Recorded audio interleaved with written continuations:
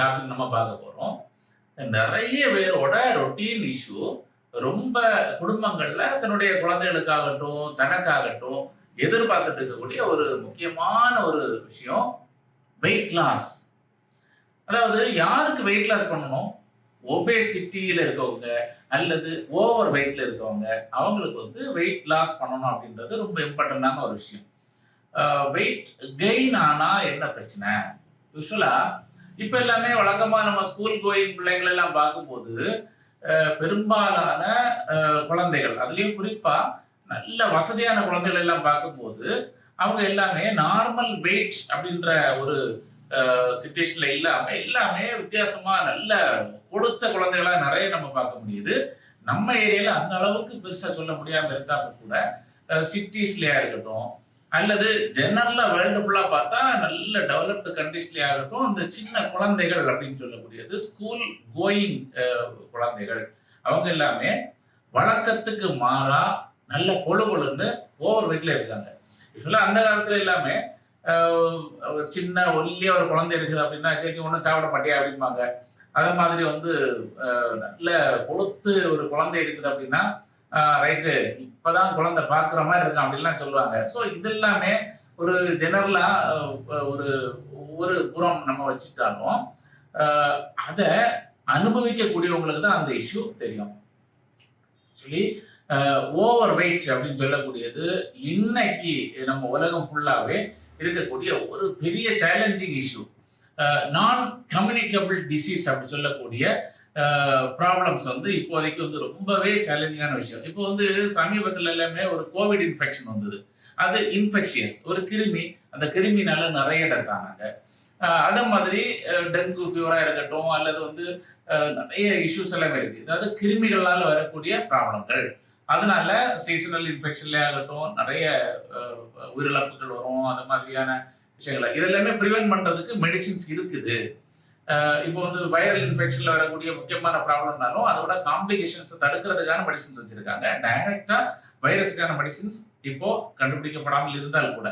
But இப்போ challenging விஷயம் என்னன்னா நான் கம்யூனிகபிள் டிசீஸ். நான் கம்யூனிகபிள் டிசீஸ் அப்படின்னா அந்த டிசீஸ் கம்யூனிகேட் ஆகாம, அதாவது ஒரு கிருமினாலேயோ அல்லது ஏதாவது ஒரு மைக்ரோ ஆர்கானிசத்தினாலேயோ பரவாத டிசீஸ் தான் நான் கம்யூனிகபிள் டிசீஸ் அப்படின்னு நம்ம சொல்றோம். நான் கம்யூனிகபிள் டிசீஸுக்கு காமன் எக்ஸாம்பிள்ஸ் நம்ம பார்த்தோம்னா சர்க்கரை நோய்னு சொல்லக்கூடிய டயபெட்டிஸ், அது ஒரு நான் கம்யூனிகபிள் டிசீஸ். ஏன்னா அதுக்கு எந்த கிருமியுமே கிடையாது. ஓவர் வெயிட் அது வந்து ஒரு நான் கம்யூனிகபிள் டிசீஸ். இந்த மாதிரியான விஷயங்கள் எல்லாமே நிறைய இருக்குது. இப்போ ஒரு குழந்தை ஓவர் வெயிட்ல இருக்குது, அது வளரும் போது என்ன ஆகுது, ஒரு அடலசன்ட் ஆகும்போது அந்த ஸ்டேஜில் இருக்க வேண்டிய வெயிட்டை விட ஜாஸ்தியா இருக்குது. அதுக்கப்புறமா மேரேஜ் ஆகுது, செட்டில் ஆகுது, இந்த மாதிரி வரும்போது பையனா இருக்கட்டும் பொண்ணா இருக்கட்டும் வழக்கத்துக்கு மாறான ஒரு ஓவர் வெயிட்ல இருக்கிறாங்க. இது யூஸ்வலா இதோட காம்ப்ளிகேஷன் என்ன அப்படின்னா ஏர்லியரா காம்ப்ளிகேட்டட் டிசீஸ், அதாவது வந்து ஸ்ட்ரோக்கா இருக்கட்டும், கார்டியாக் இஷ்யூ அதாவது ஹார்ட் அட்டாக்கா இருக்கட்டும், இன்னும் ரொம்பவே தொந்தரவு பண்ணக்கூடிய அதாவது வாழ்நாள் ஃபுல்லா கஷ்டப்படுத்தக்கூடிய டயபெட்டிஸா இருக்கட்டும், இது எல்லாமே வர்றதுக்கு ஒரு மூல காரணமா இந்த ஓவர் வெயிட் இருக்குது அப்படின்றது இம்பார்ட்டண்டா எல்லாருமே தெரிய வேண்டிய விஷயம். ஸோ இந்த வீடியோ நம்ம என்ன பண்றோம், இது சம்பந்தமான ஒரு அவேர்னஸோட நம்ம நிப்பாட்டிக்கிறோம். ஃபர்தரா இந்த ஓவர் வெயிட் அப்படின்றது சம்பந்தமா என்னென்ன விதத்துல எல்லாமே நம்ம வந்து வெயிட் அதிகமாகாம இருக்கிறதுக்கு உள்ள ஏற்பாடுகள் எல்லாமே ப்ரிவென்டிவ் மெஷர்ஸ் என்னென்ன பண்ணலாம், அதுக்கப்புறமா எப்படி எல்லாமே ஓவரா இருக்கக்கூடிய வெயிட்டை குறைக்கலாம், இதுக்கான நிறைய டிப்ஸ் எல்லாமே ஸ்டெப் பை ஸ்டெப்பா வந்து நம்ம பார்க்கறதுக்காக ஒரு முன்னோட்டமா தான் இந்த ஓவர் வெயிட் அல்லது வெயிட் கெயினுக்கான ஒரு வீடியோ நம்ம பப்ளிஷ் பண்ணியிருக்கோம்.